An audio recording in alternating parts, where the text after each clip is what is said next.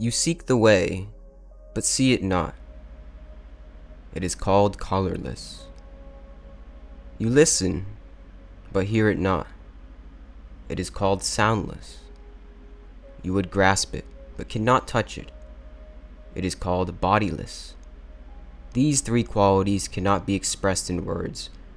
Therefore, they are taken together, and it is called the One. Its higher part is not manifest. Its lower part is not hidden. It is eternal and cannot be named. It is called the formless form, the imageless image. It is called the undefined, the undetermined. Who meets it sees not its face. Who follows it sees not its back. By discerning the immemorial way, the things of today may be governed.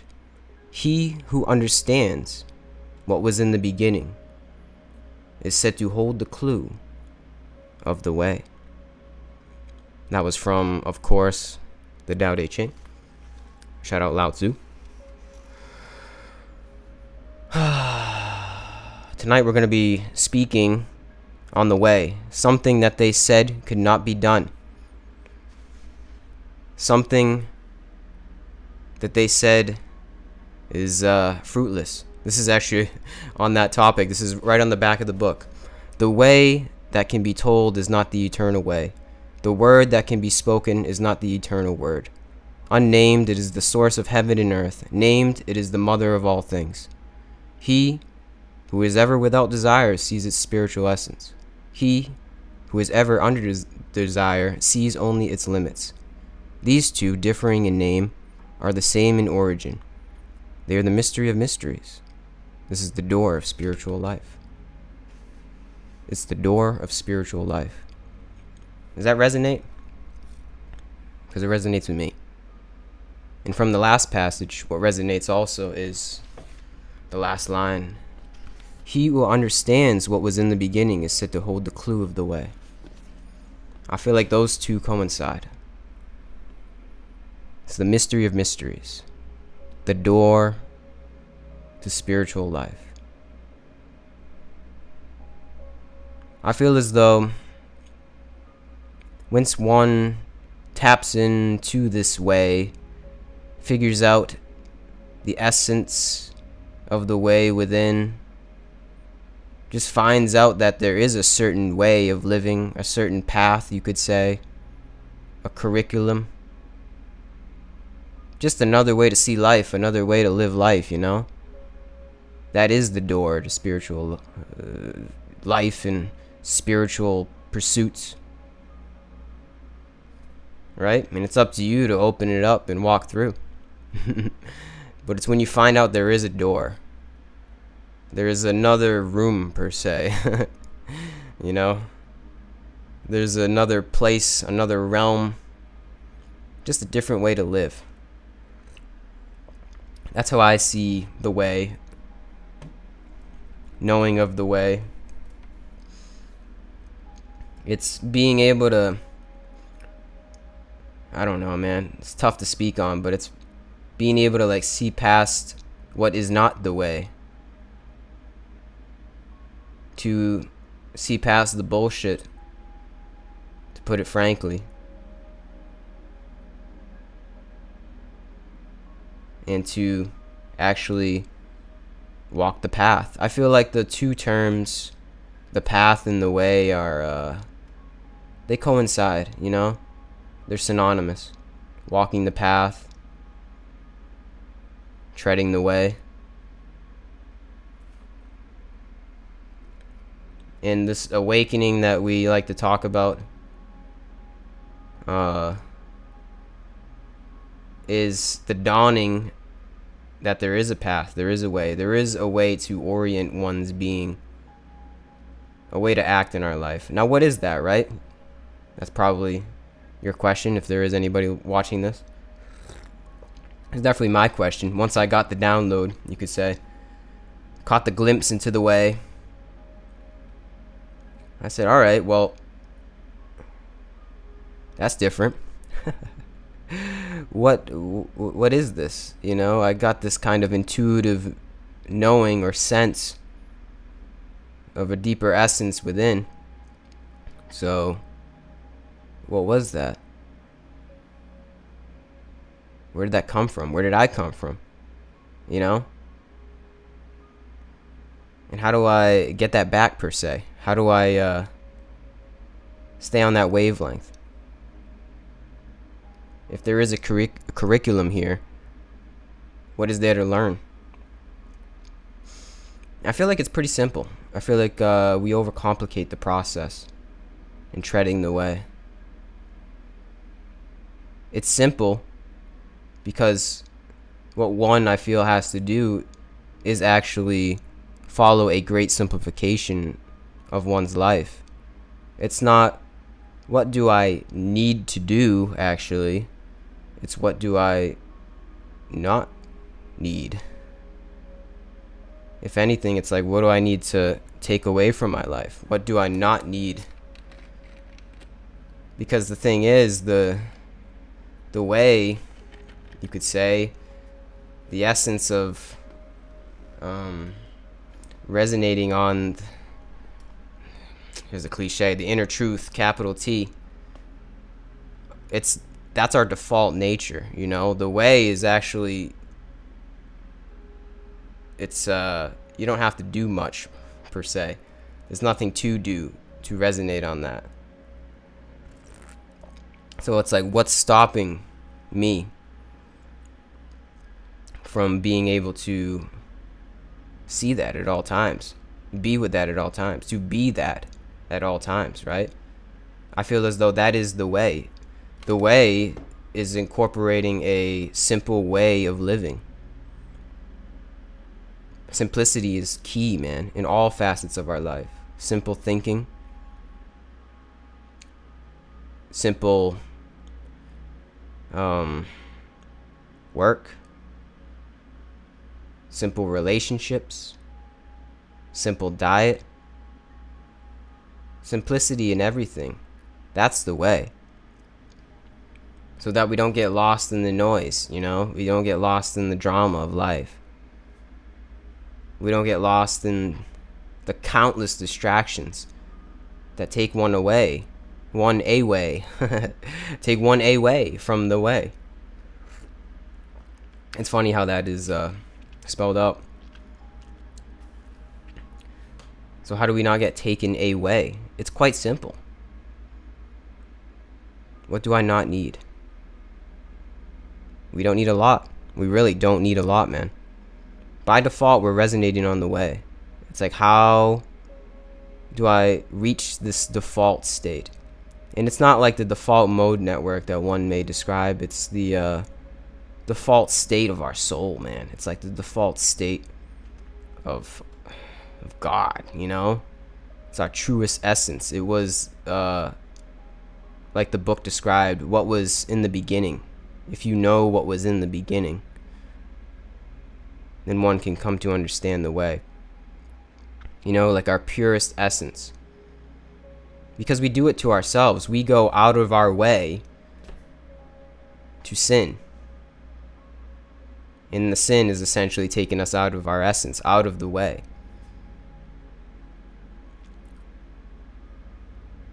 Out of the way. We go out of our own way. We do it to ourselves. So once you get the inkling of, wait a second, hold on, I'm here to learn something. There's actually more going on than just the pains and pleasures of the human experience. There's a little bit more going on here. Once you align to that Dharma within, well, one thing, you can't unsee it. You can't unknow it. And another thing, there's no other way. Like, once you know, you can't unknow, and you wouldn't want to unknow. There's no other way. And when, you know, I'm talking a little lofty here. Really, what is it all about? The way is the way to happiness. The way is the way to joy, peace, bliss, whatever positive label you want to put upon it, it really doesn't do it justice. But it touches upon it. It's the way to our innate essence, to our innate nature, our real nature. And our real nature is peace. It is bliss. But it's bliss beyond bliss. It's love beyond love. So it's just coming back home, man. Somewhere we never left, you know?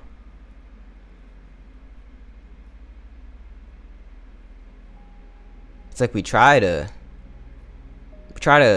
find that sense of highness, of home, in all of our pursuits of whatever it is, man. Money, cars, sex, food, video games.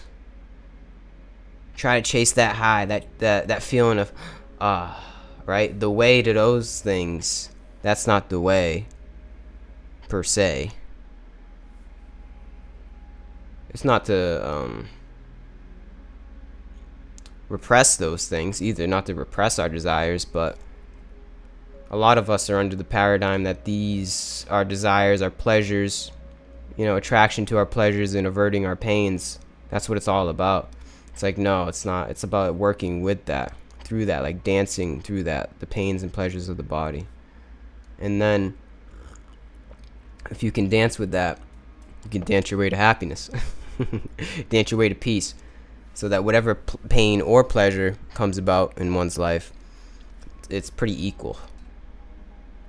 The way, I feel, is a state toward ultimate equanimity. Ultimate equanimity. And that may seem quite grandiose in its description. Doesn't even quite make sense, right? What the complete equanimity? How is that even possible in a world like this? I don't know. There's something in me that says it's possible, man. There's something in me that says, like, yeah, this is it. Completely a calm state of mind. The way of being quite impartial.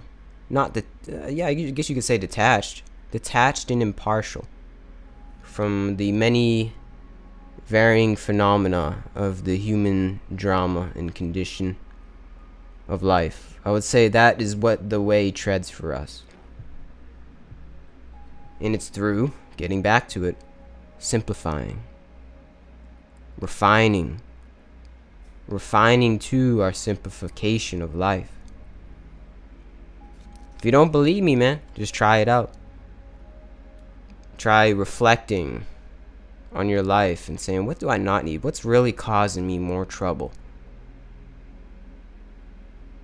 than it's worth? Because you can find that peace, happiness, bliss, whatever you want to call it, man, whatever hippie label you want to use on it.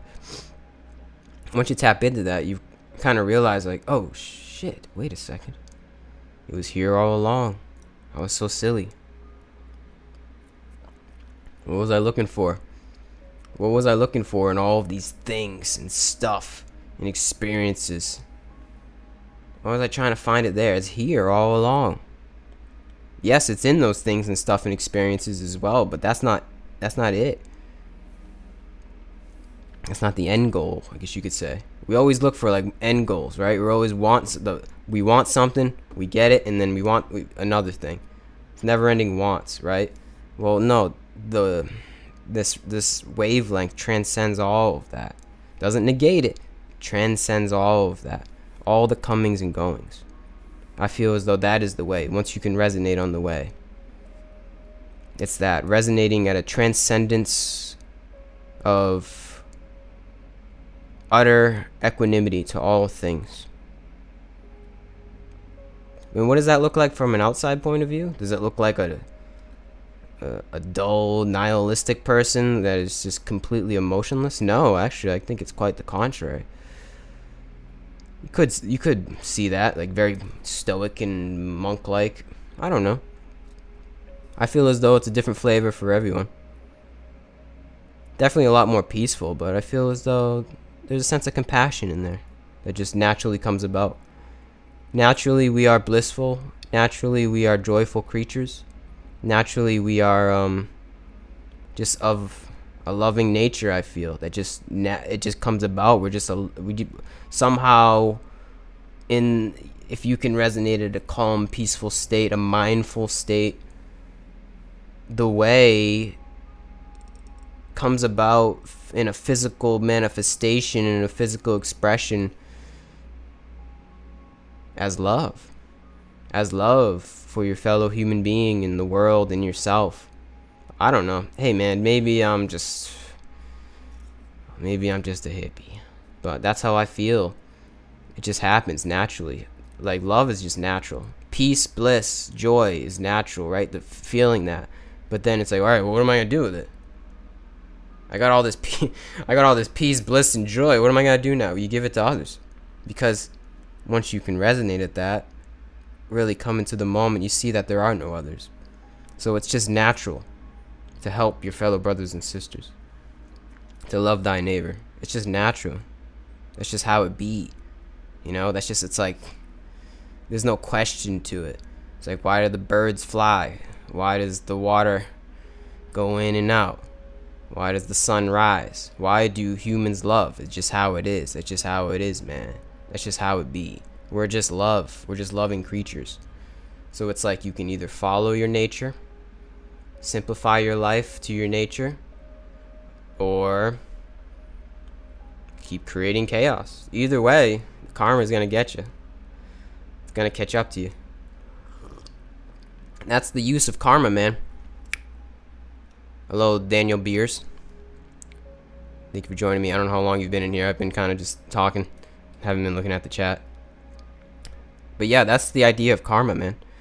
Karma is, I like to think of it, there's a lot of different interpretations, but my interpretation that I hold in my being, my soul, is that it's a lesson mechanism from God. It's a way to align us. One could see it as like a punishment, and like, no, it's not really quite like a punishment, like jail or an eye for an eye thing. So we get the message, and it's like, your karma is going to keep adding up out of one's own free will until you get the message to align yourself with the way. Karma is just the alignment mechanism, you could say. And it's for our own good. It's not a punishment. One could see it as a punishment, like, karma's gonna get you, right? We've all heard that. Karma's gonna get him. Well, it's like, well, karma's gonna get him ultimately to teach him a lesson, so that one can love, so that one doesn't build up karma. Like, karma is just like energy that we build up. I'm trying to explain this physically. It's just energy that's built up until you can't build up energy anymore. It's like, because ultimately we don't want to build karma, right? In the scheme of things, like, you don't want to build karma. We want to get to a point where we're not building karma. I believe that's possible. And karma isn't built anymore when we don't have any desire for any recompense for our actions. Easier said than done, I know, but that's the idea. Because when you want recompense, you want a reaction to your action. You're creating energy. You're creating like something, even if it's like quantum, even if it's like at an energetic level. You're creating the like, what is he gonna do for me? What am I gonna get out of this? So that means, in essence, it's like you're creating the energy of, there's something that needs to happen from this. But the way is not like that. The way doesn't require recompense. The way is a flow. Karma is adjacent. Is that opposite? I'm not quite sure. Or is that next to? I think I might have used that wrong. But karma is pretty opposite to the flow. Yeah, it's building like negative energy, like retrogressive energy, that ultimately will align one. But we got eternity. We can build karma for as long as we want, but we're gonna build it until we align ourselves to said way. Way is the way, man. That's the thing. I mean, you can look at it in one way. You can look at it in one way where even the greatest sinner in the world is on the path.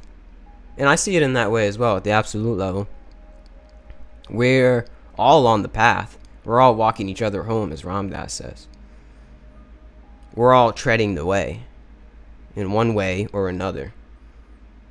We're all gonna get there, per se.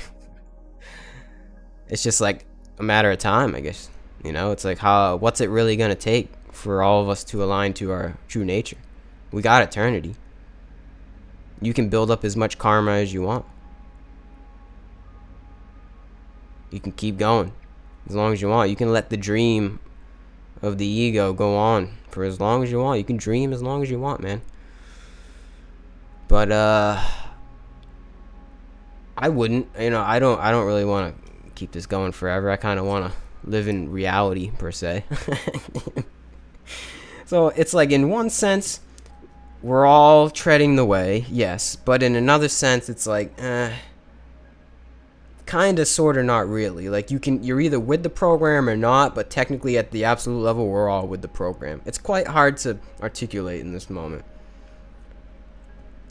But if you know, you know, you know, you know, if you know, you know, you know. Man, I just had to get that off my chest. Hey, thanks for anybody watching. I don't know who's watching or who's not watching, man. I'm just kind of on here, just speak my mind. Daniel Bears is on. What's up, guys? Just talking about the way. On that note, I'm going to read something, another passage from another book, which I highly recommend to people. This one's called Jesus, Buddha, Krishna, and Lao Tzu, The Parallel Sayings by Richard Hooper. It's pretty great. It just outlines what it just described, the parallel sayings between these four sages. And you might come to find that they have a lot more in common than you may think. And that's because the truth is one, and the wise call it by many names. And the way is the way is the way. It just depends how you want to flavor it up, how you want to spice it up. But this one's called, on the note of the way, it's called The Great Way. And I think it was a very succinct description by Mr. Hooper here. So, yeah, I think you guys are going to enjoy. The way spoken of by the world's greatest teachers is not one single path, yet all paths lead to the same destination. Traveled by the pilgrim, the way is the path to life. It is the quest for our own personal holy grail. The way stretches out before us, endless. It leads beyond the horizon, yet it begins with a single step. Once the way is chosen, there is no turning back. We may stop and rest a while. We may tarry here and there for as long as necessary. We may even fall asleep by the side of the road, but we will eventually awaken no matter how long we sleep. Then, recognizing that the day's shadows are falling long across the path, we steer ourselves, cinch up our belts, and continue forward. If we do not know where the way begins, there are those who can show us. If we become lost, there are those who can give us directions. If we need company, there are those who will be our traveling companions. But they can walk with us just so far. Eventually they must part, bidding us good journey, knowing that the path we travel is a path we must take alone. I think that's pretty powerful. And that is also a important note. It's the Sangha and community, and having just people that are like-minded is very important, right? But at the end of the day, you gotta go it alone. This may seem scary, right? It may seem like, what? I gotta do this all alone? But think about it like this. I like to find a sense of empowerment in that. You can look at it like, oh, it's just me? Nobody's gonna help? Jesus ain't coming back? He might come back, who knows? But beside the point. Jesus ain't coming back? There's no savior? No, you're the savior. I look at that as a sense of empowerment. Like, oh yeah, I'm the savior. I don't have to rely on anybody. I got this. No matter what. I don't know. It just depends on how you look at it. That's how I like to look at it. Like, yeah, hell yeah, it's up to me, man. It's up to me. And that's the beauty of it. That's the beauty of it, is you don't have to rely on anybody. But it's nice to have other people. Just don't rely on them. It's nice to have support in a community, the Sangha, the 3 jewels of Buddhism, the 3 gems. It's the Buddha, the Dhamma, and the last one is the Sangha. That's important. The Buddha outlined that, I think, and that's a very important aspect that I think we should keep in mind. The Buddha, yes, the enlightened one, the Word, and his teachings, the Dhamma, but also the people that you surround yourself with around the Buddha and the Dhamma. I think that's quite important, and I find that as well. That's why I have this this channel, and I come on here and I speak to people, because if I didn't, man, I don't know, I feel like I'd go crazy. I'm like, am I crazy? Is it me? Is anyone else seeing this? So it's nice that, to find other people that understand. I don't know. I think it's just good. You have traveling companions here. I think it's great. You don't need it. You definitely don't need it, but it definitely helps. But ultimately, yes, it's something we have to tread by ourselves. So it's up to you. You can either look at it with a sense of despair and fear, or you can look at it in a sense of empowerment, or maybe both. I'm empowered by it. I like it. Yeah, man. You got tea, I got coffee. One love, baby. I got some tea. Hello there, you beautiful humanoid. Thank you. Hello there, you beautiful humanoid. Right back at you. Yeah, I got some tea. It's some green tea, ginger, and chamomile. It's a little late where I'm at, so I try to keep it a little low on the caffeine, but I am a coffee fan. But coffee this late would be a little too much for me. Huge tea fan, though. All herbs. Not just like the tea leaf, the classical tea leaf. I love tea in all forms. It's very soothing, cathartic, meditative in a way, right? I like to just like sit there with my tea and just ponder life, read a book, something about it, right? It's a good alternative to a cigarette or a cigar, right? It's some tea. I like it. I think it's medicinal, But yeah, the way is the way, man. At the end of the day, we're all walking each other home, and we're all treading the way. It's just, how long is it gonna take? How many messages, how many heads up from God is it gonna take? You know what I'm saying? Like, how many times are we gonna have to get the message in order for us to wake up? I don't know. I think a lot of people are starting to tread the way, find the path per se at this point in time, thanks to the internet, thanks to the countless books, our access to scripture and high beings of the past, like the people that have tread the path before us, and they were the pathfinders. We can witness them in their words and their transmission. I think that's quite important. Like, if I didn't have the internet, I don't think I'd be on this wavelength at all, man. I'd just be some peasant just working the fields and just trying to put food on the table, which is nothing wrong with that. Shout out all the peasants that are trying to put food on the table. But what I'm trying to say is I wouldn't have an inclination of a greater aspect of my being. I would just be pretty basic, which is nothing wrong with that. I'm just saying. I would be a basic person. So shout out the internet and free access to knowledge in that sense for just allowing me to explore the realms of knowledge that weren't explorable before, 30, 40 years ago, maybe. It's quite revolutionary. So shout out the internet. And it's also a blessing, something that I hold with great gratitude, that we live in this time and we have access to all of these teachings and the people that have come before us, because it's just great guides.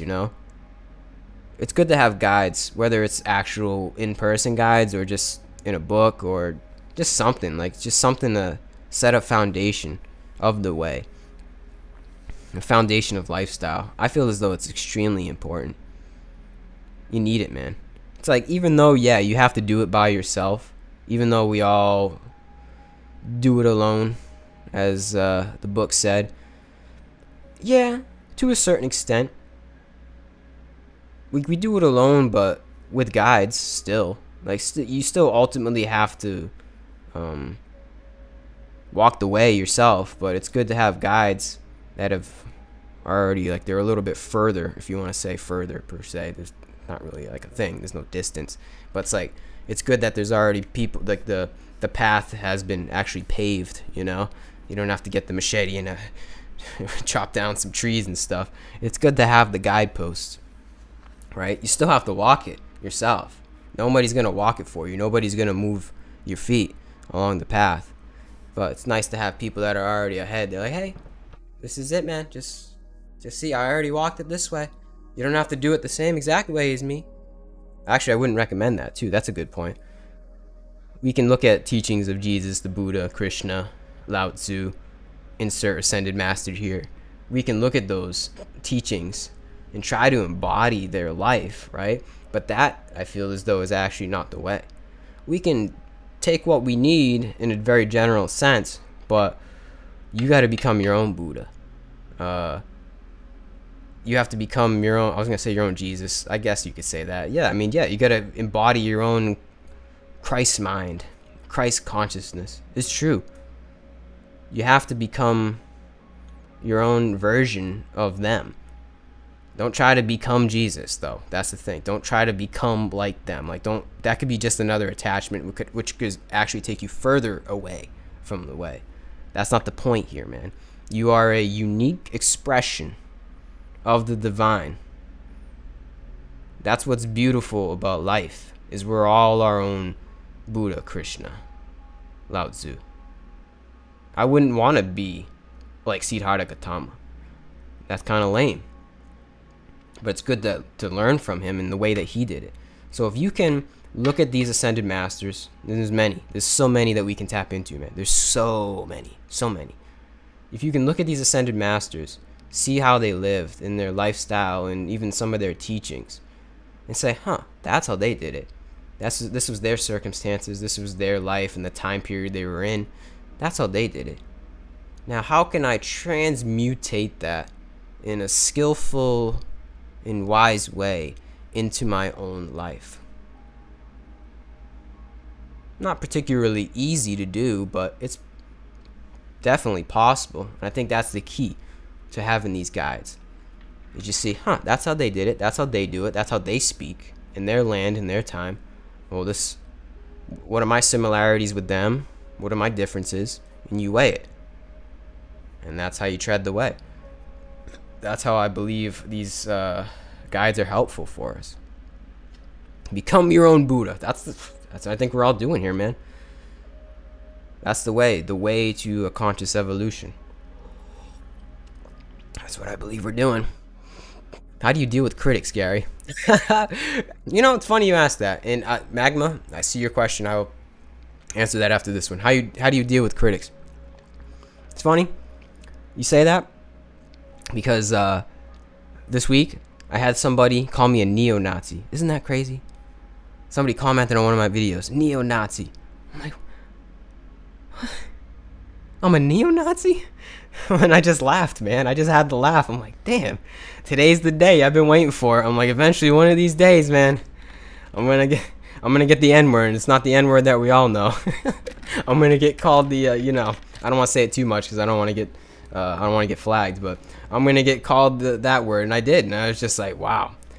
If somebody can somehow find a way to call me a neo-Nazi, and it was because of my bald head, most likely, my Aryan look, I was like, damn, there's some lost people in this world, but I gotta get used to it. The more popular I get, the more that's gonna happen. I had some other lady the other day call me the Antichrist. Like, she wrote up a whole like essay that I didn't even read, man. I'm not gonna lie. Just like, oh my god, she wrote up a whole essay and linked my video, and I'm just like, what is? She was a very fundamentalist Christian, and I was just like, what is going on, man? I had other people say that I'm living in this hell realm. I'm like, dude, I love my life. I'm living in heaven. I don't know. I laugh. So, simple answer. How do I deal with critics? I laugh and just move on, because I know who I am and I know what I'm doing here. So just laugh, man. I'm laughing all the way. I'm laughing all the way. That's a good one, huh? I'm laughing all the way. That's all you can do, man. If you take people on the internet too seriously, then It's just gonna cause you suffering. So I just laugh at these people and the lunacy of things that people say. So yeah, I'm a neo-Nazi, I guess, according to the people on the internet. Why do you think we were born into these flesh bodies with eyes and hands? Do you think we're like the fingertips of the universe, infinite intelligence quantized? That's a good one.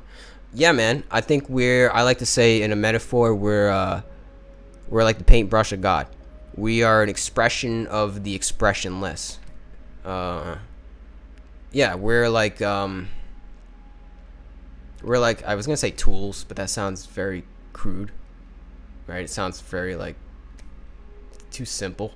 But we're like tools of a greater intelligence, of the infinite intelligence quantized. I like that. Yeah. It's like infinite intelligence had to quantize itself into a perfect servant, right? Or maybe an imperfect servant, you could say. But yeah, we're the fingertips of the universe. I like that. Isn't that Graham Hancock, Fingertips of the Gods? I think that's his book. But yeah, that's the way I like to look at it. Paintbrush of God, fingertips of the universe. There's other metaphors that I've heard before, but yeah, we're like the Brahman. We're the Atman to the Brahman, as you could say. We're the son to the father. A lot of different metaphors, but once you feel it, you feel it, and you let that essence work through you. Once you tap in, you can tap in and become a willing servant to the hand, the hand of God.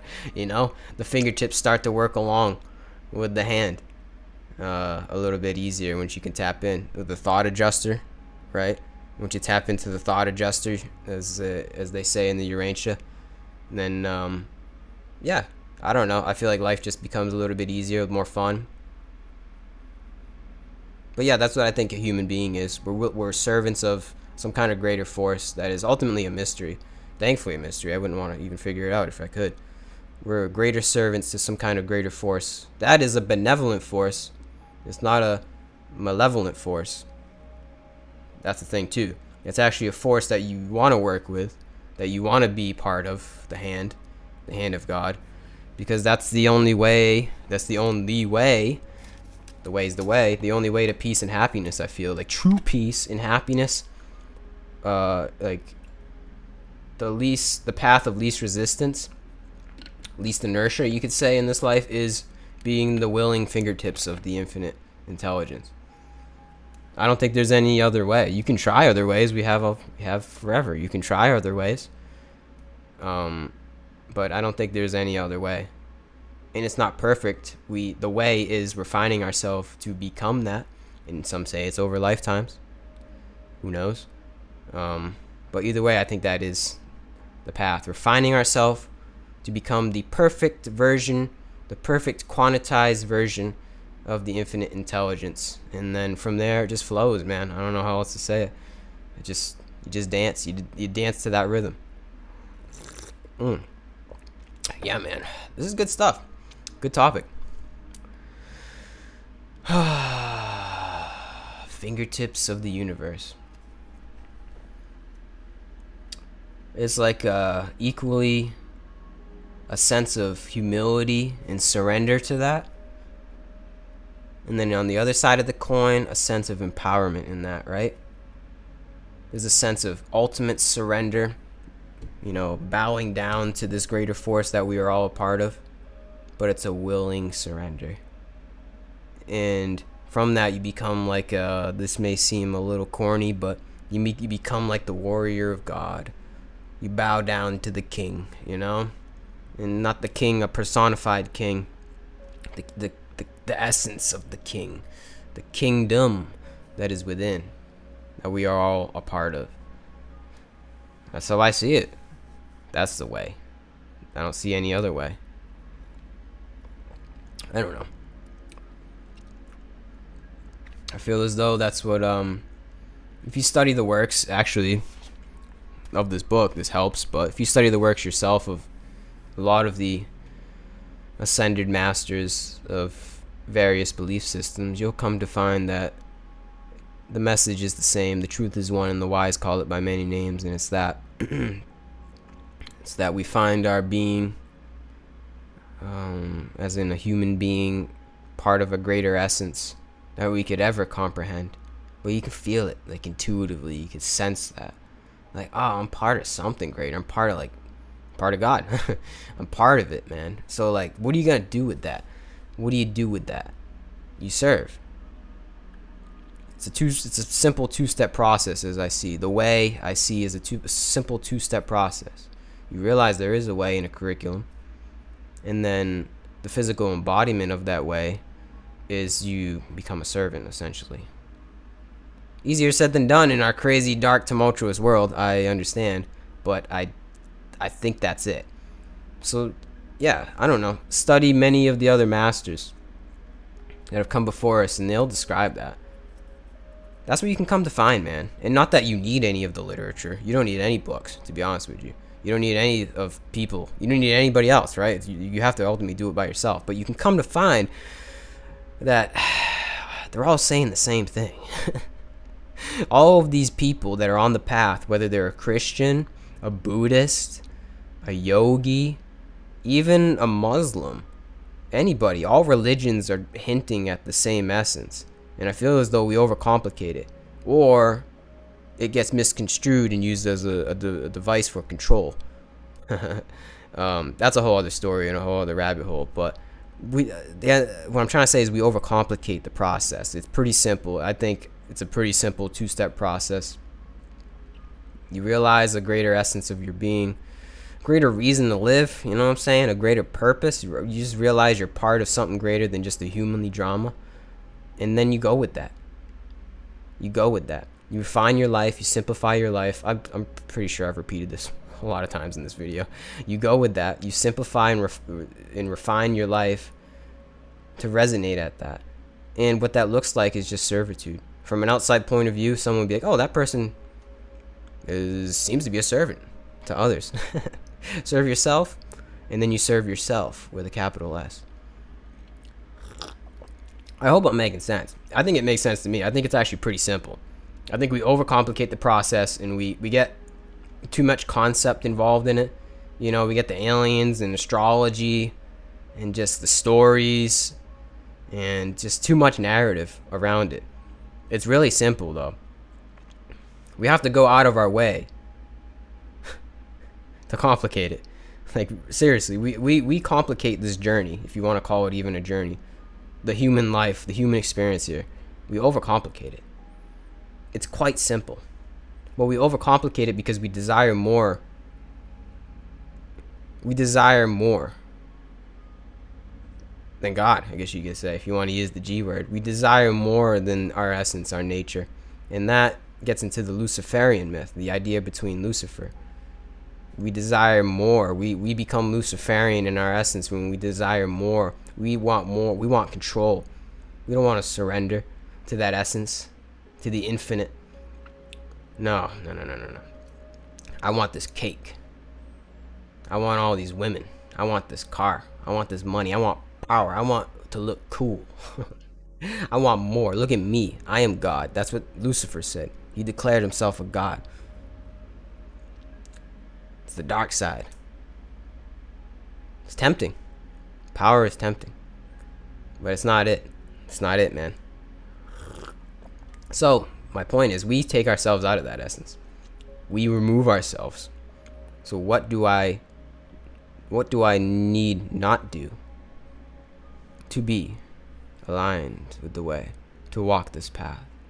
I hope I'm making sense. I hope there's all of these points. I'm kind of a little bit all over the place, but I think I'm making sense here. It all connects. If you don't believe me, tap in yourself, man. Just meditate. There's only so much other people can guide you. You have to find that intuitive sense within yourself.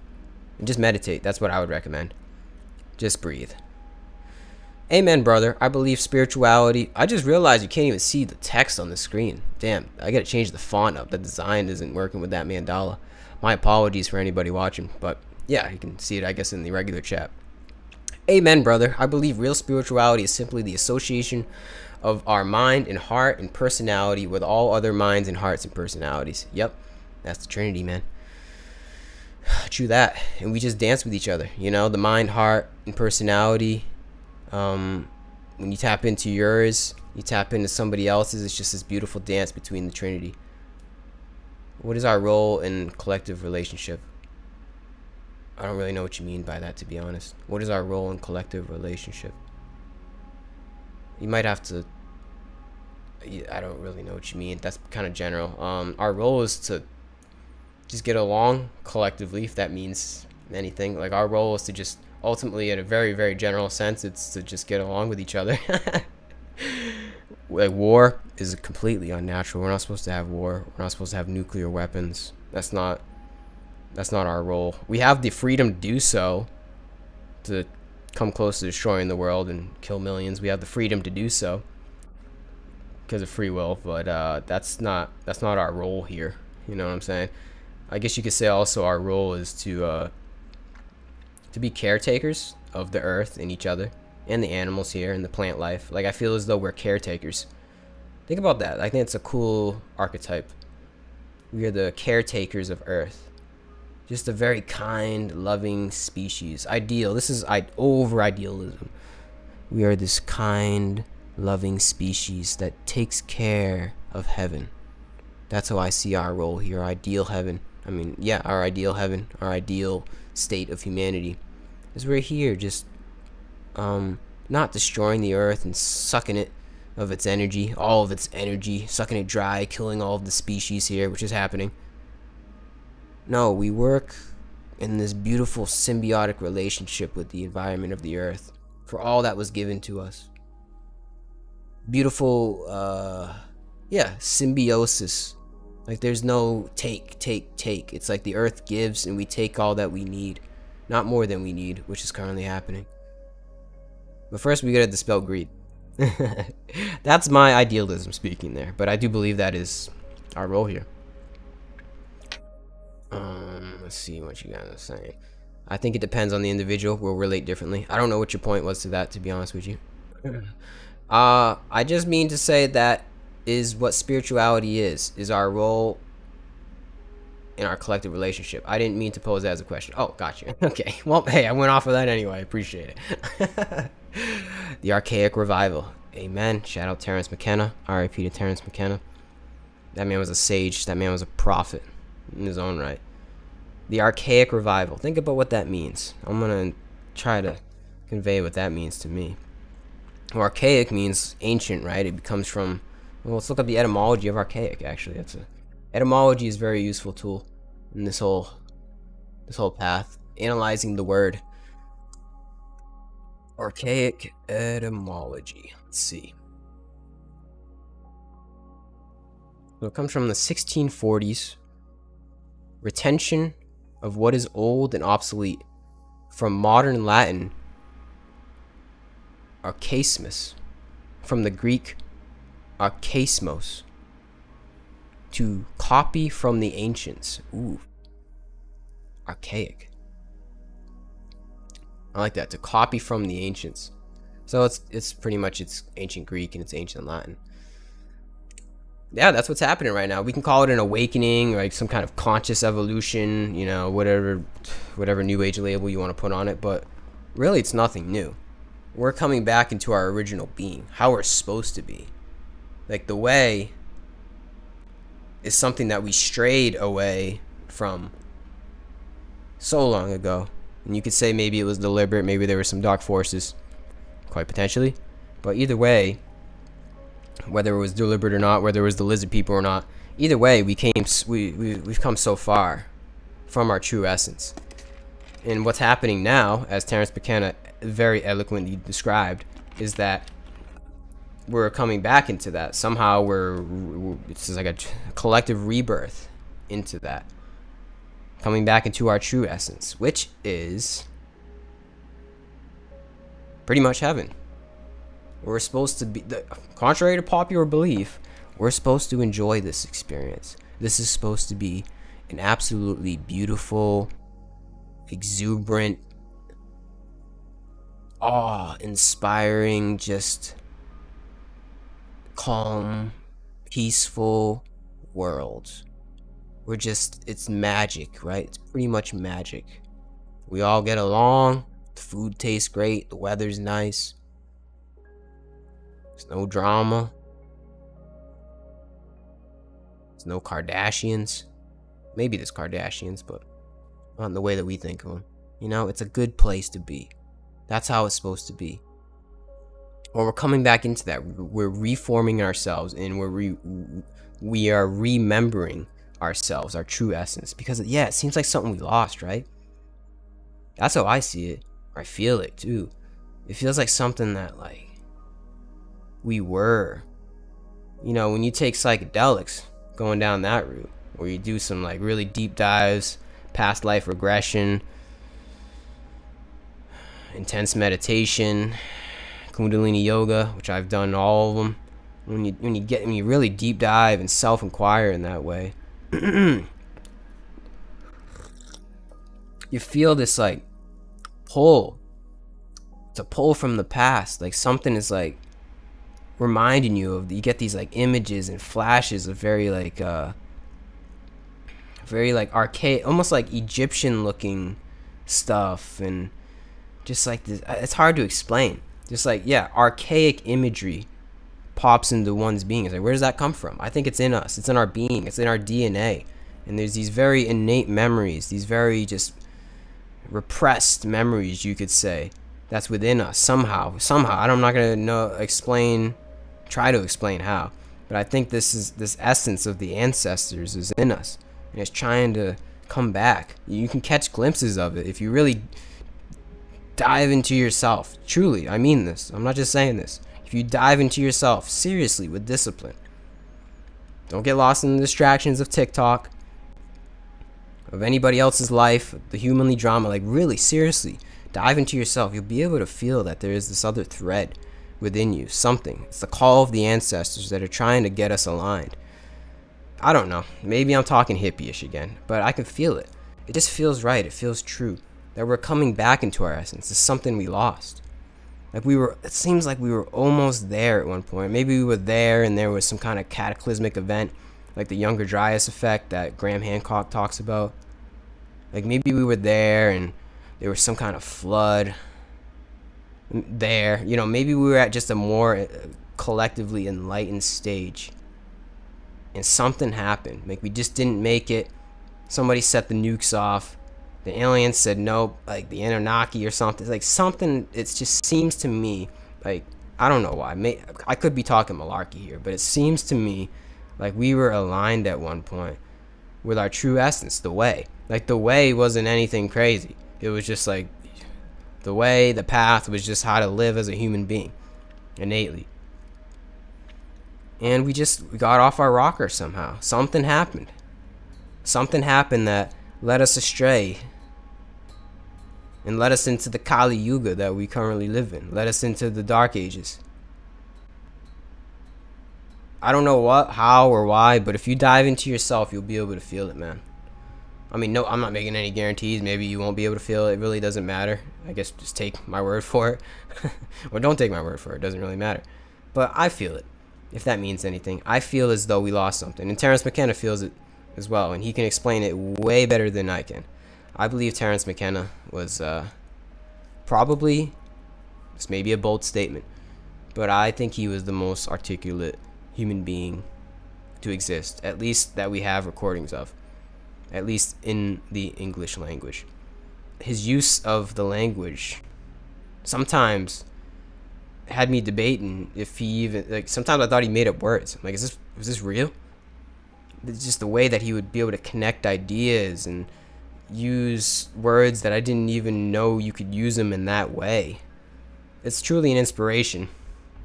Sometimes it's a little disheartening. Like right when I think that I'm a good speaker, I just go listen to Terence McKenna. I'm like, wow, this guy was sage when it comes to the voice and the word. And I'm pretty sure he was absolutely stoned for every recording that you hear of Terence McKenna. I'm not trying to put him on blast or anything, but I know he was a huge pothead. He'd speak about his cannabis use. I'm pretty sure in every single recording that you hear, he was absolutely stoned out of his mind on marijuana. I don't know. Take that how you want. Yeah, man. I don't even know what we're talking about anymore. Shout out Terence McKenna, R.I.P. Terence McKenna. Hold on, I gotta see if you guys are talking. I haven't been looking. Archaic. The Archaic Revival.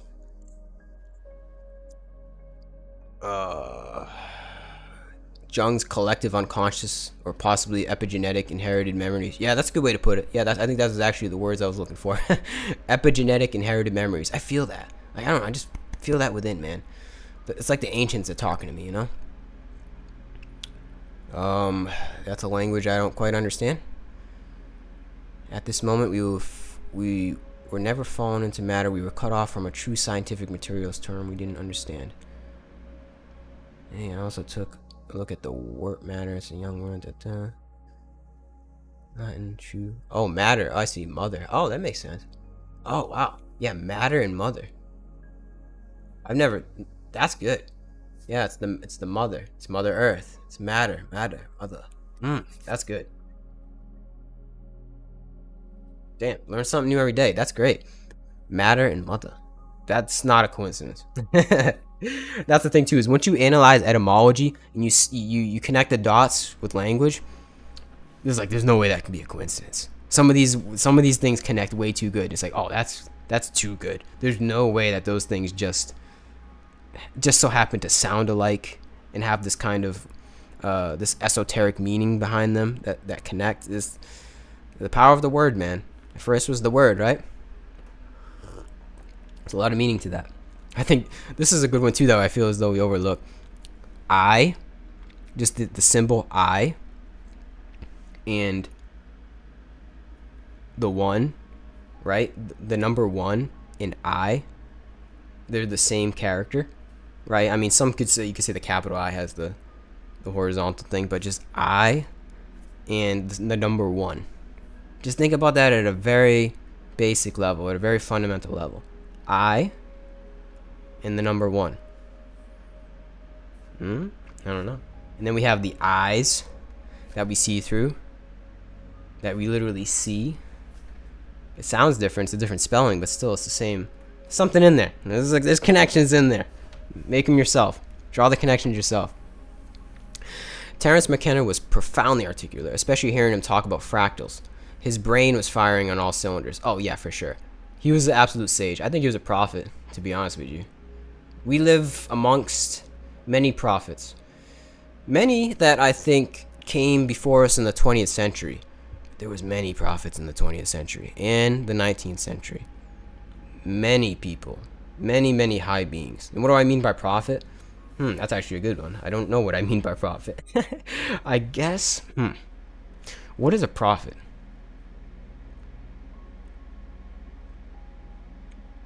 I don't know, man. That's actually a good one. It's a saying that I use very loosely. I like to say, oh, he's a prophet, he's a saint. But what does it actually mean to be a prophet? I guess it would be somebody that, if the truth is one and the wise call it by many names, they just know in their own way, in their own dharma, they know how to articulate the truth. And it resonates. Like the transmission is clear. There's no distortion in that. And maybe they don't even speak. Maybe it's just in the way that they carry themselves. Maybe a prophet could even be like a baseball player, right?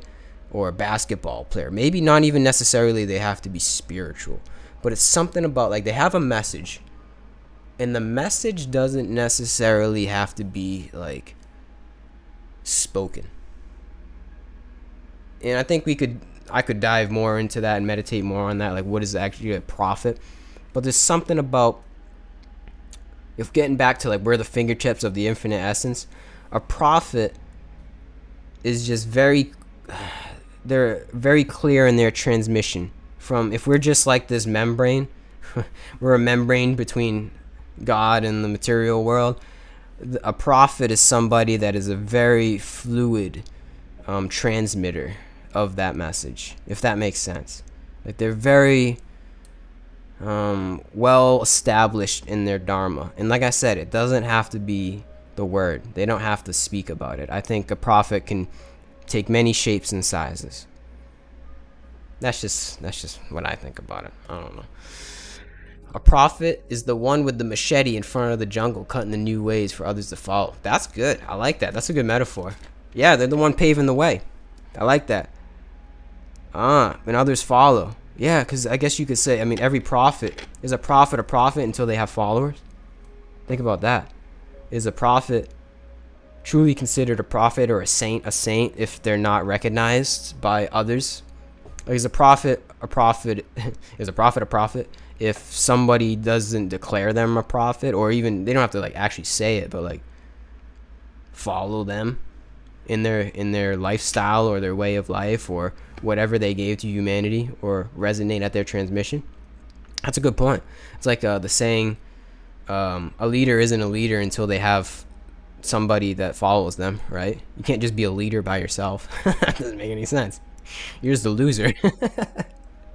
You need you need people to follow you in order to be a leader. So I think it's the same idea as a prophet. You need people to follow you, or at least like hear you and understand you, maybe see what you're doing, have it make sense. I don't know. That's a good one though. I like that. They're the one with the machete in the jungle. I agree. Like, higher realities touching down into the human world to push our race forward. I believe all throughout the ages and within the last 200 years, there have been many of these celestial occurrences, from brilliant scientific geniuses to miracle heroes. Yeah, that's the beautiful thing about prophets or saints or people that are masters, right?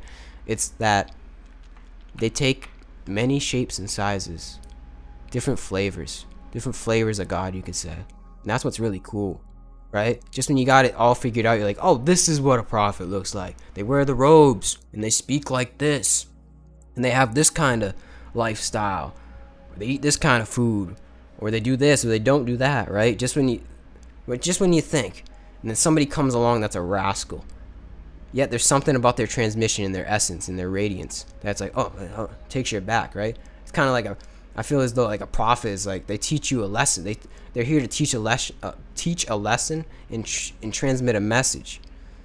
And it doesn't have to necessarily be through speaking, like I said before. It's something about just I don't know, man. Just the way that the flavor, their swagger. I don't know. A lot of them are talkers, right? I guess a lot of people that we revere as prophets are talkers, or at least they have some good quotes.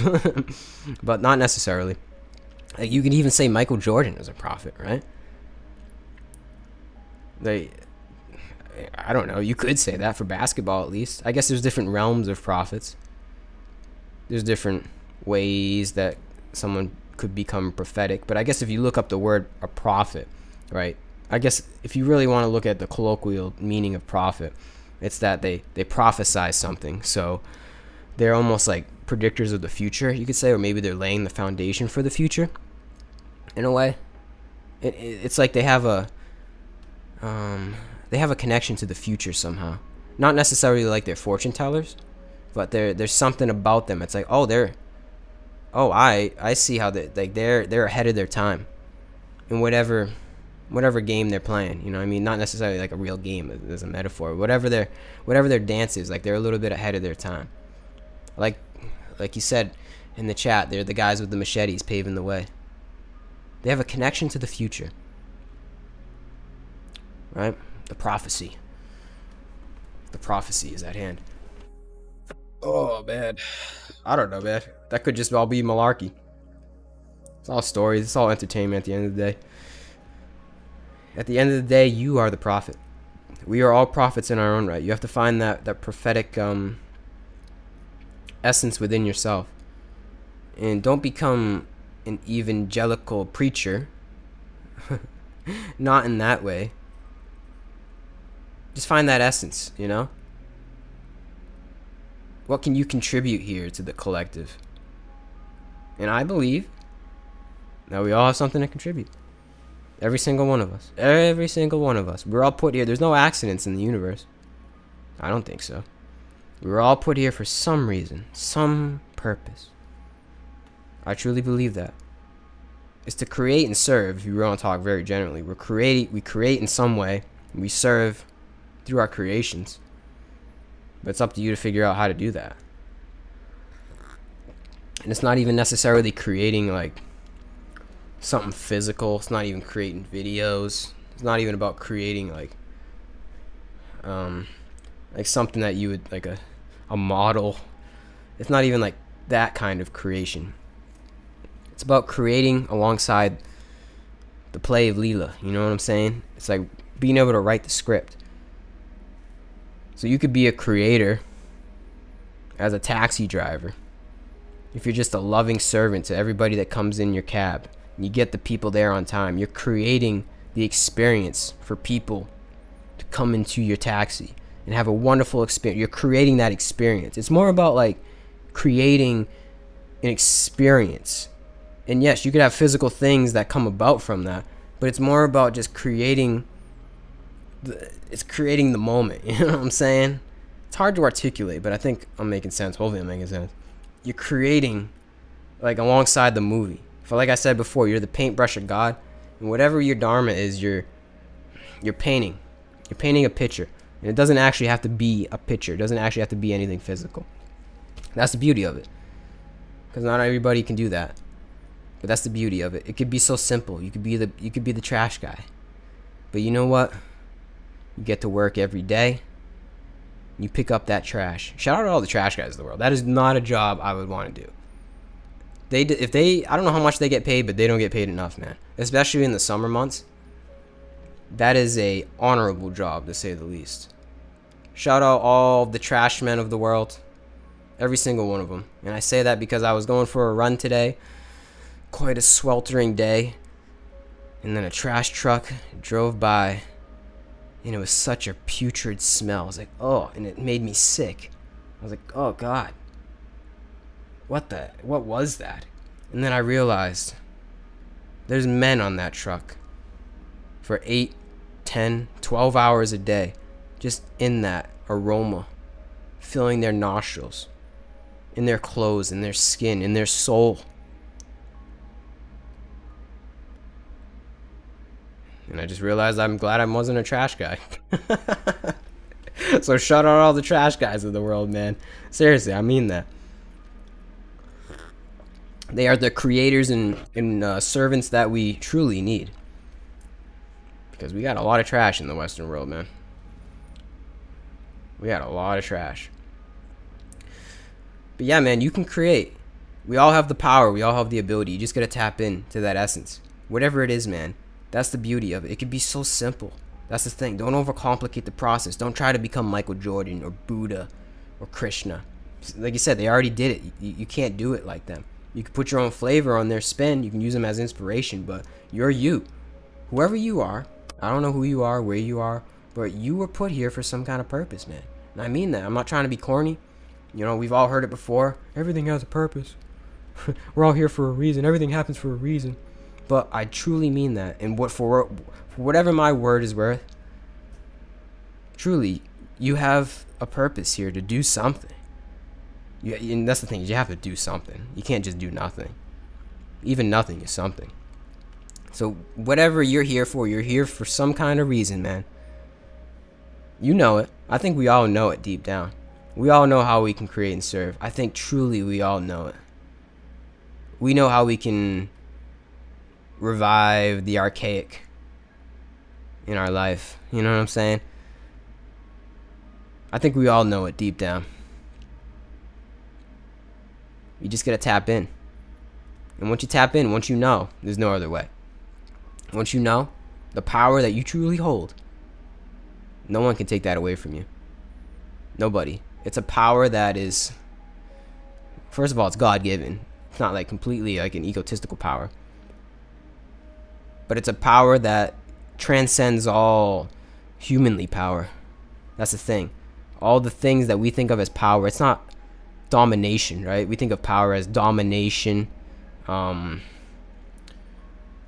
collecting materials. Look at me, like an idealized form of yourself and people thinking you're cool, right? It's kind of like that. That's the idea of power in our world, but it's not like that, man. It's not that kind of power. It's power that is just, I don't know. It just compels you to act and create. It's very, maybe this is my masculine essence speaking, but it's strong and undeniable. But it's there for all of us, man. You just have to surrender. And once you surrender to that power, That power gives you power as a human being, and you work alongside that. You can call it God. You don't have to even, you don't even say it's God. You can call it the source.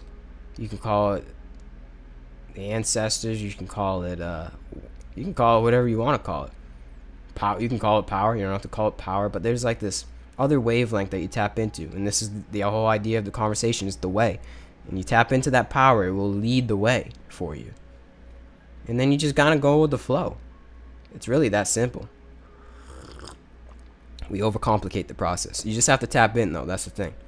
That's the important part. Like, it's not just gonna happen if you're scrolling TikTok all day, or, you know, you're watching videos of me. Honestly, your best bet might not even be to watch me, to be honest. I appreciate your viewership, you being here.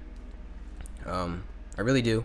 Totally grateful. But your best bet may just be to shut this video off, go meditate or something, do some yoga, to be honest with you. Maybe afterwards. Stay for the video. Afterwards, maybe go tap in. Seriously, though, just with this, if you approach this and have faith that there is some kind of greater force that is unseen, untouchable, unspeakable, something that you can align yourself to. You don't have to align yourself. That's the beauty of it. But you can align yourself to through practices such as yoga, meditation, maybe even prayer. But definitely meditation. Maybe even psychedelics. Not saying you should or shouldn't, but maybe.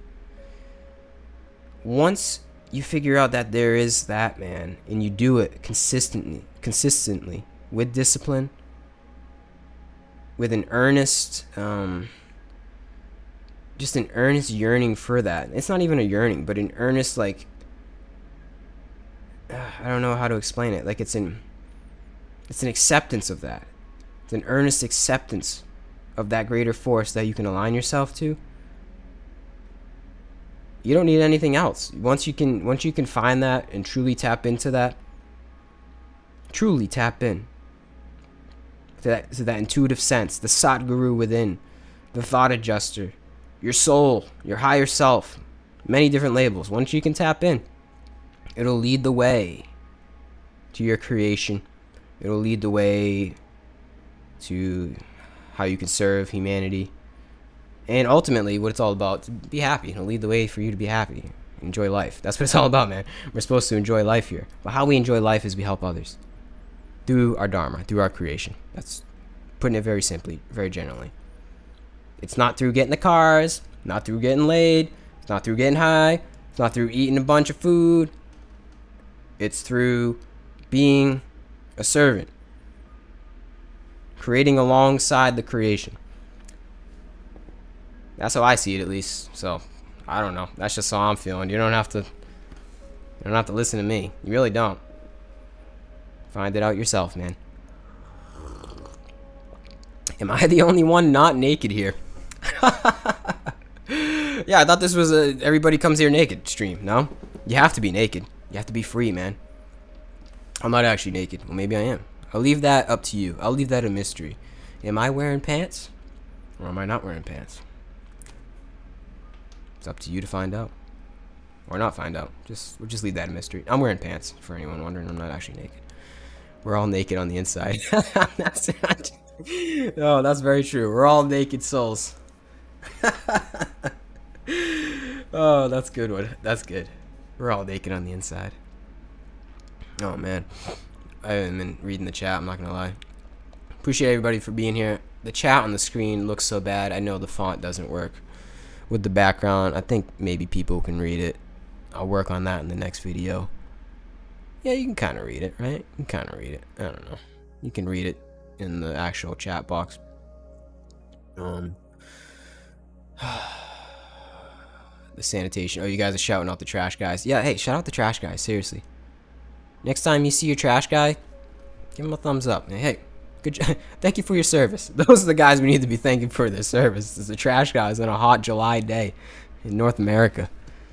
Excuse me, sir. Thank you for your service. Say that next time you see a trash guy. Thank him for his or her service. Or a trash girl, right? If you see a trash person, thank them for their service. I'm like, huh? I'm like, dude, I know it's a shitty job. I know you wake up at the crack of dawn every day to go get on a trash truck and just smell people's absolute putrid waste all day and just hang out with it all day in the sweltering heat. Thank you for your service, man. Truly. Whatever they're getting paid, it's not enough. I'm trying to think, what's my minimum? What's my minimum an hour I would get paid to be a trash guy? I don't know. I'll ask you guys. For anybody watching, what's your minimum that you would get paid an hour or maybe a year to be a trash person? I don't know, man. I don't think it's any money. Maybe I don't know. I was gonna say 1 million. That might be overshooting. I'll do it for 500,000. Maybe even 100. No, I wouldn't do it for 100,000. That's not worth it. Like 100,000 a year. That's not worth it. That's not worth it. I'd be like, dude, I'll just be poor. I don't need that. 200,000. Maybe we're talking. 300,000. Definite 500K. If someone was like, all right, Gary, for this 1 year, you can make $500,000. You just got to get on this trash truck, pick up people's trash Monday through Friday, 8 to 10 hour days. But at the end of the year, we'll give you $500,000. I'm like, yeah, I'd do it. I think that would change my life. You know, like 500K. I mean, you could say it's not a lot of money, but I think it would actually spent wisely, not on Lambos and hookers. $500,000, invest wisely. At the end of the year, you could do a lot to change your life. Like you could buy a pretty decent house, decent car, take a few trips. I think it would be worth it.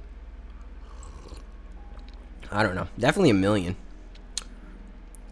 I don't need the money, man. I'm paying off my karma. True that. We don't need the money.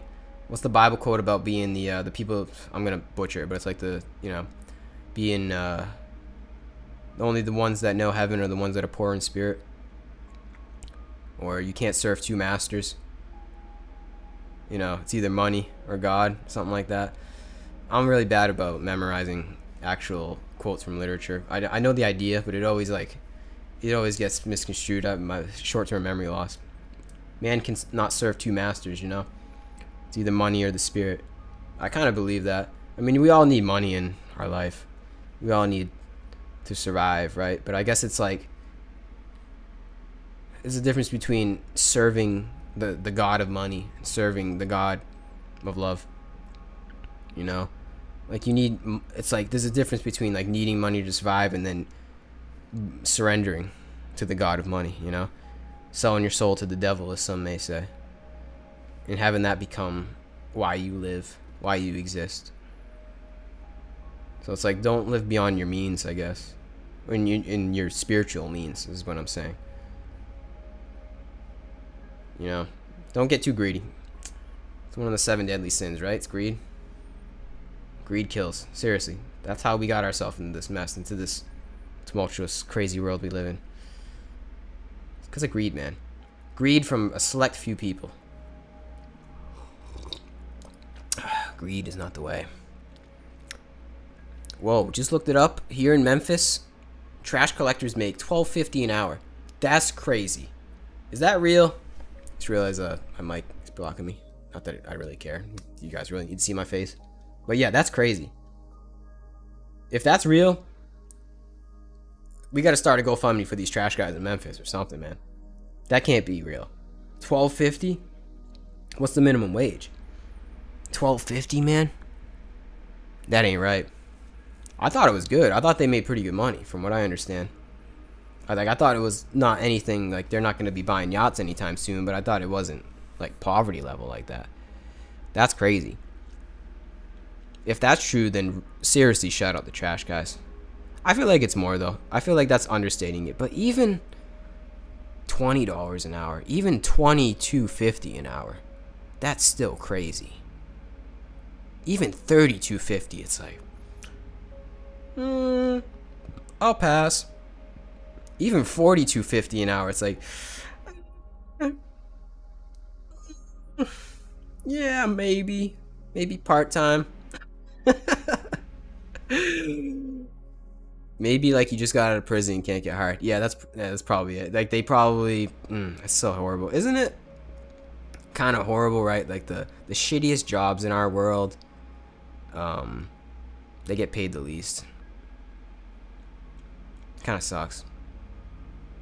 Kind of sucks. Yeah, life ain't fair in that way.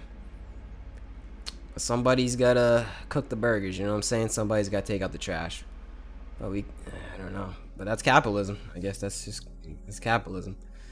At the end of the day, I guess it's just an incentive to um, not take people's trash and cook fries for the rest of your life. You know, it kind of gives, if you use it right and transmutate it right, that energy, you can say, well, this is not me. Might have to do it for a little bit, but I think I can find a better way. That's the beauty of capitalism. It's a double-edged sword, two-sided coin.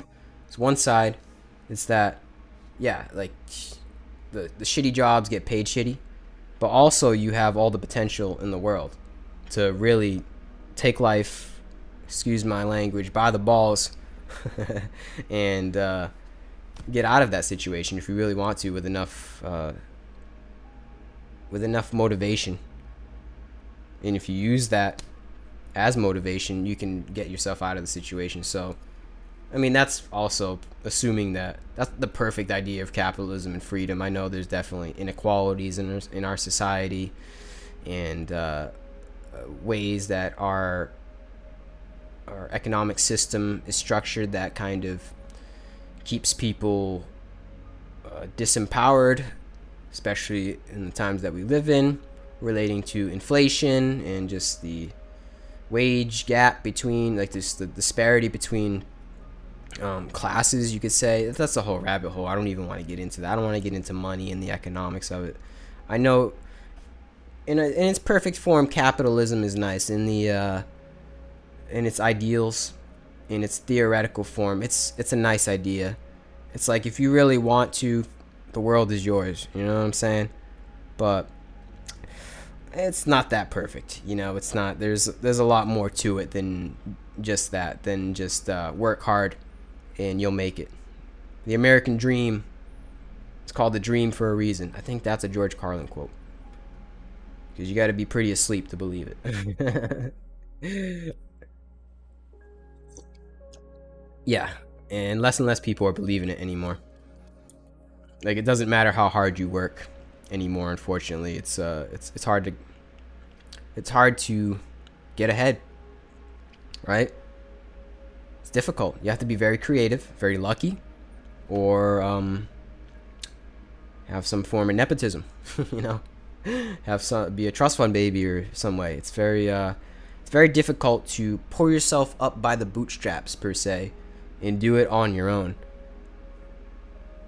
But I think it's possible. You know, I don't think we are completely disempowered yet. We're not completely slaves yet to the system. We're getting there. We seem to be getting there. But we're not there yet. And that's really not even what it's about, man. I mean, you want to get back more on the spiritual topics. It's not even about money, man. It's not about money. I feel like I went off a little bit too much on that rabbit hole of money and economics. You can still follow the path in the way as a trash guy. You can still follow the path in the way as a billionaire. You know, you can still tap in and meditate anywhere. It doesn't matter what your economic status is. It doesn't matter how much money you have in the bank account. It actually might be better for you to have less money in the bank account. It doesn't really matter at the end of the day. And I know that may be easy for me to say. I'm not living in abject poverty. I'm not rich, but I'm also not living in a shack. I'm not living on the street right now. So maybe that might be easy for me to say. Maybe I'm a little privileged in the way that I speak, but I don't know. It's just something I believe. Like I said, I'm not rich. You know what I'm saying? I still gotta work. So, I don't know. I think it's available to all of us. This essence, the Krishna consciousness, you could call it. Tapping into the higher mind. It doesn't matter how much money you got, man. And like I said, I think if you got a little too much money, it's going to distract you away from that, because you surrender to the god of money rather than the god of love. So, everything in moderation. You know, I believe just make enough, just get enough, where you can get by, have a little bit of free time, where you can have time to dedicate to your practice of meditation or reading or just not doing anything, just chilling out, you know what I'm saying? Just like time to just reflect and relax, to just calm down. Whatever, even if it's just like an hour a day. As long as you have that, time for yourself. That's what's important. So you could have $1 billion and not have time for yourself. Or you could be making $12.50 an hour as a trash guy, but at the end of the day, you shower. Shower first, of course, because you smell. And then you go meditate or you do some yoga. It's possible. It's just all up to us and our own will and our own accord to do so. So yeah, money doesn't matter. It really doesn't matter. It matters in the sense of survival. That's really when it comes down to it. It's like, do you have enough money to put food on the table to survive to the next day? Or your kids? Like, a lot of us have kids. I don't have kids, so like, I don't know. I live pretty simple in that way. But I know, do you have enough money to feed your kids or your family or whoever you're taking care of? If you check that box, if you can make it to the next day, and maybe you have some food saved up, who knows, then you have this path available for you. If you're not living in complete abject poverty where you're worrying about your next meal, then you are, I guess, if you want to use the word privileged, you're privileged enough to have the time to be able to go tap into yourself, man, to actually figure out what's real in your life. I believe that. But yeah, if you're struggling for food, like you don't know when your next meal is going to come and you're trying to feed the kids, it might be a little tough to find some time for meditation. I understand that. I empathize with that. But even then, still, like, I don't know, man. It's got to be, I feel like it's pretty tough to not have time for yourself. Like, I understand we all work hard, we all work a lot, but if you're in the Western world, you're in America, and you're not living beyond your means, you know, not even just America, like, you know, whoever's watching this right now is most likely in the Western world, or in a situation that isn't abject poverty. If you're in, like, the situation that I'm describing, I mean, I don't know, man. You probably got time. You probably got time for yourself. You don't need a lot of time. Even if it's just, like, 30 minutes a day. Like, if you got time to watch this video of me, then you got time for yourself. Think about that one. If you got time to scroll on TikTok or YouTube, then you have time to meditate. You got time to maybe do some stretches. Maybe read the Bhagavad Gita. You know what I'm saying? I'm pretty sure we all got time. I understand not all of us do. Not all of us are in the situation to be able to do that. I don't know. I think we do. I think we do. I think most of us do. Most of us just make excuses. Which is okay. There's nothing wrong with that, man. There's nothing wrong. I'm not judging at all. I'm really not judging. I'm a faulty being. I'm a very imperfect being myself. I catch myself getting lost in the sauce a lot. But I always know I got time. I always try to make time. You don't need a lot. Do you think there's a spiritual component to the economy? Well, I mean, you could argue there's a spiritual component to everything. Everything is spiritual. Yeah, but I mean, that's a hard one. That's a pretty general question.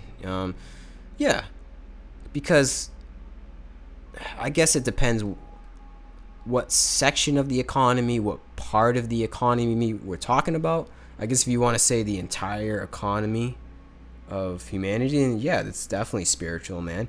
It's kind of like, it's not evil, that's for sure. The economy is us just, in a very, very general, basic sense, it's us just working with each other. It's us just getting along, you know? There's definitely some very dark aspects. There's definitely some very greedy aspects of the economy, so it depends on where you look. But as a whole, the economy, the economy itself is extremely needed. If it wasn't for the economy, I wouldn't be able to have a spiritual life or a spiritual component. So is it spiritual itself? I mean, everything is spiritual in a way, and it depends where you look. Yeah, hopefully that answered the question. But you can come down to the idea of money, you know, because the economy is just the moving of money, the moving of material, the moving of even ideas now. Is there a spiritual component to money? Well, Same thing. It depends where you look. It depends how one uses the money. Because money is essentially just a tool. It's physical power. It's material power. So it's just how one uses their power. Money is quite flexible. That's the thing, right? You can use it to buy a cheeseburger. You can use it to get a massage. You can use it to buy a car. You can use it to buy a book. You can use it to buy, like, it's pretty much like, look at money as something that you give. It's not real, first of all, but it's an idea of somebody doing something for you. Whether they're providing you a service, they're providing you a good, they're providing you their time.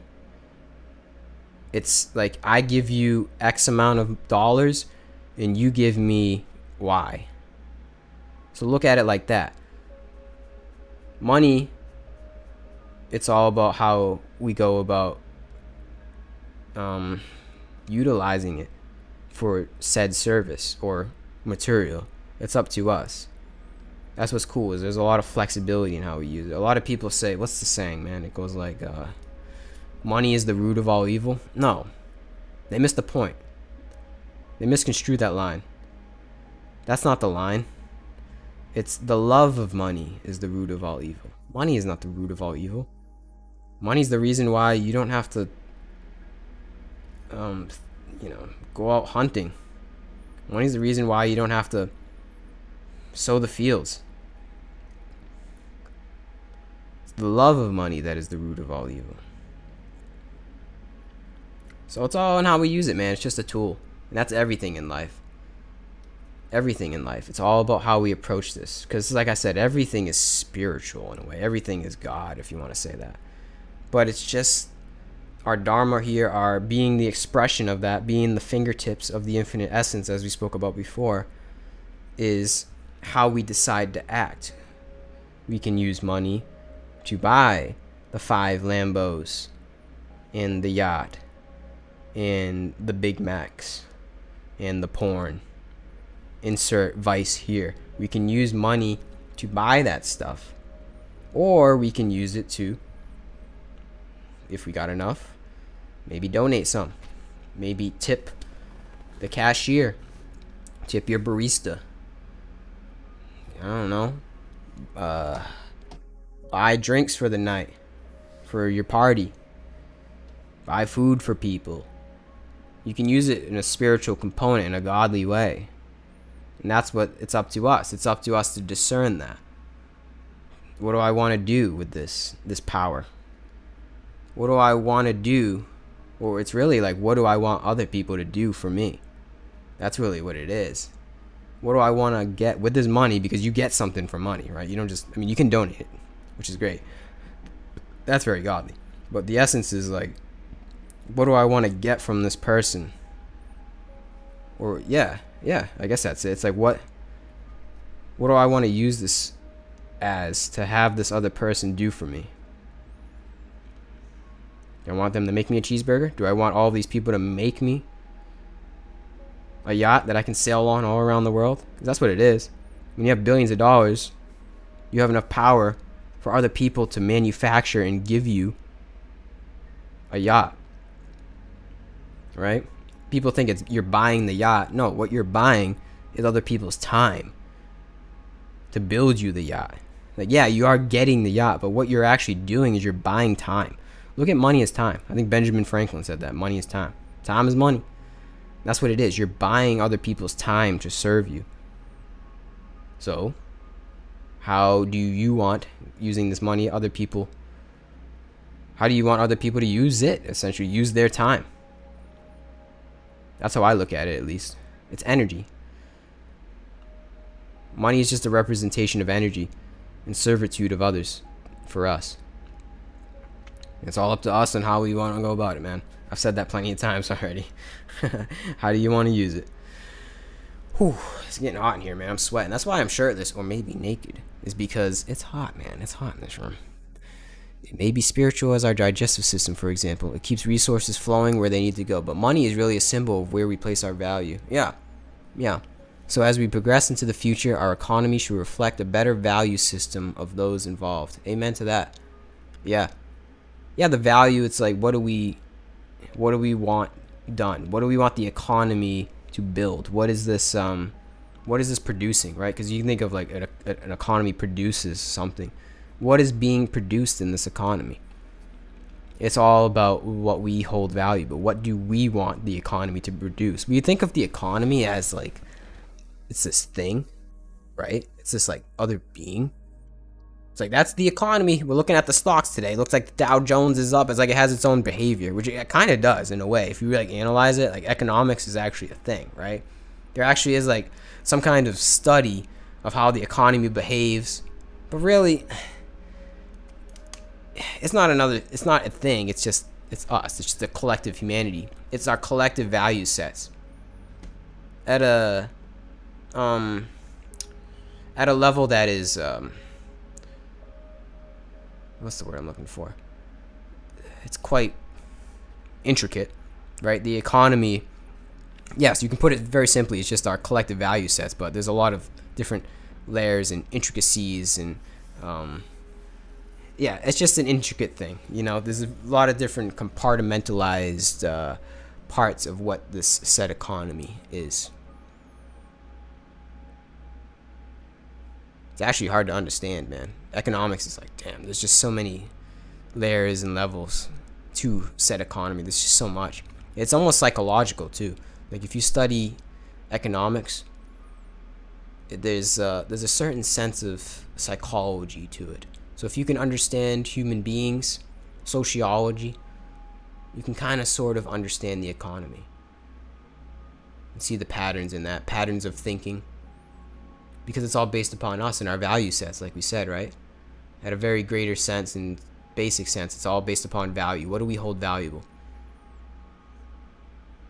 That's what drives the economy. The ups and downs, the twists and turns of the economy, all of the recessions. I mean, there's so much funny business to it because you can get into banking, credit, loans, and you get into crypto, which is essentially just automized banking. But there's just so many layers because it's funny, our economy, which is so intricate, right? Our economy, which is very expansive, and it's kind of complicated, right? There's a lot to it. It could take a lifetime to understand. And then that's the thing too, is it's completely evolving. So you got this thing that's the economy, right? We call it the economy. It's based upon our value sets. But really, think about the first ever economy, right, in the world. The economy that we have now, the wild economy with all of its different parts and layers and levels to it, came from, hey man, I got 2 goats, you got 3 chickens, I'll give you that for that.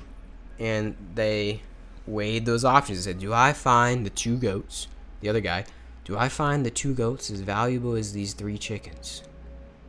And the other guy was like, how about 3 goats for 3 chickens? Or 4 chickens, whatever I said. You get my point. Do I find that valuable? And that's the essence of our economy. It's the same idea. It's the same. It's like bartering, the simple bartering technique of, I got this, you got that. What do you want? How many chickens do you want? How many goats do you want for that? Evolved somehow into the NASDAQ and the Dow Jones and Dogecoin. And who knows where it's going. But it's the same idea, the same principle within our minds, the same psychology. Do I want that for that? Is that worth it? Do I want this for that? It's all based upon value. Our value sets in our mind, man. This is I didn't think I'd be talking about the economy tonight. This is good talks though. I'm glad you guys brought that topic into the chat, man. I've been going on here for a while. I think I might start to wrap this thing up. It's getting hot in my room. I'm starting to smell. Might have to go take another shower. Yeah, man. Summing this thing up. You know what I'm gonna do? Getting back on topic. Stop talking about money and the economy. I'm gonna read a passage, just a random passage. Hopefully it's a good one. We'll let the gods decide. random passage from the Tao Te Ching, because that's how I started, so that's how we're gonna end. So here we go.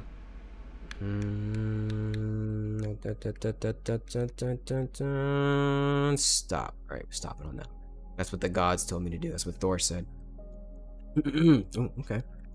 Here we go. The partial becomes complete. The crooked becomes straight. The empty becomes full. The worn out becomes new. He who has little desire finds the way. He who has much goes astray. Therefore, the master keeps the oneness of the way. He is the model of the world. He seeks not to be seen. Therefore, he gives light. He does not magnify himself. Therefore, he gives inspiration. He does not vaunt himself. Therefore, he has true worth. He does not glorify himself. Therefore, he is above all. He strives not. Therefore, none in the kingdom can stand against him. The saying of the ancients, quote, "The partial becomes complete," is not an empty phrase. When a man has attained, the whole world is subject to him. That's good. That's good. I don't think I need to say any more after that, man. I'm gonna mic drop on that one. I thank you all for tuning in. I think this was a great talk. We touched on a lot of different points. Remember, the way is the way is the way. Thank you, everybody. I love you. That's it. Peace and love. Peace and love.